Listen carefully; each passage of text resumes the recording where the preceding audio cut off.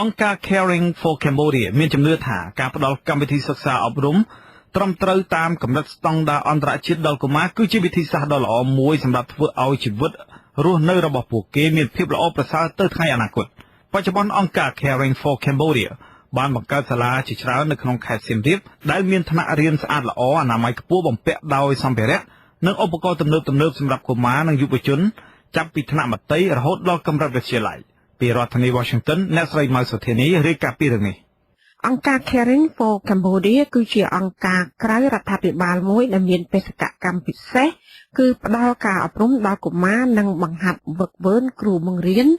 តាមកម្មវិធីសិក្សាស្តង់ដារអន្តរជាតិចារួមមានផ្នែកភាសាអង់គ្លេសព័ត៌មានវិទ្យាសាស្ត្រសិល្បៈនិងមានកម្មវិធីកីឡាជាដើម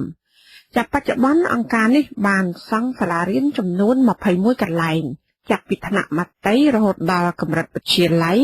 និងមានសិស្សចូលរៀនចំនួនជាង 6,400 នាក់នៅទូទាំងខេត្តសៀមរាបចាអង្គការនេះបង្កើតឡើងដំបូងកាលពីឆ្នាំ2003ដោយអ្នកស្រី Jamie Amelio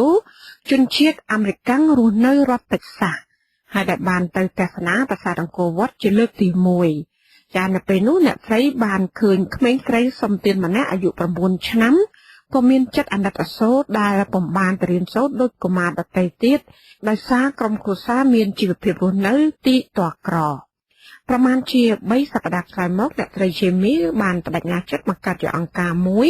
សម្រាប់ផ្ដល់ការអប់រំពិសេសដល់កុមារក្រីក្រ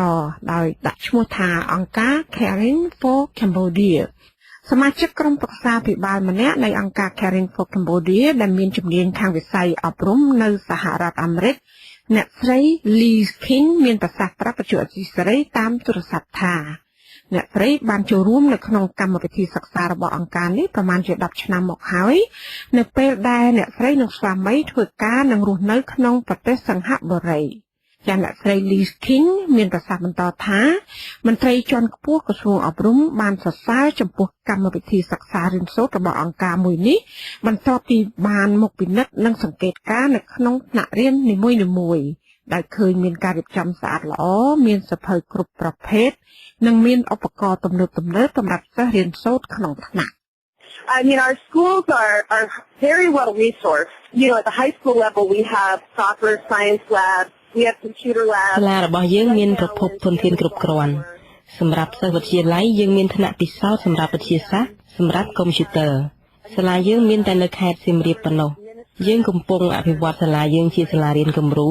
យើងផ្ដល់ការហ្វឹកហ្វឺនដល់គ្រូបង្រៀននៅប្រទេសសិង្ហបុរី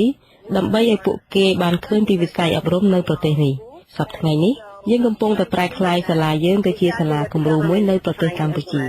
ចារហូតមកដល់បច្ចុប្បន្នអង្គការនេះមានអ្នកផ្ដល់ថវិកាគាំទ្រជាង 4,000 នាក់នៅទូទាំងពិភពលោកហើយនឹងមានអ្នកស្ម័គ្រចិត្តជាង 400 នាក់មកពី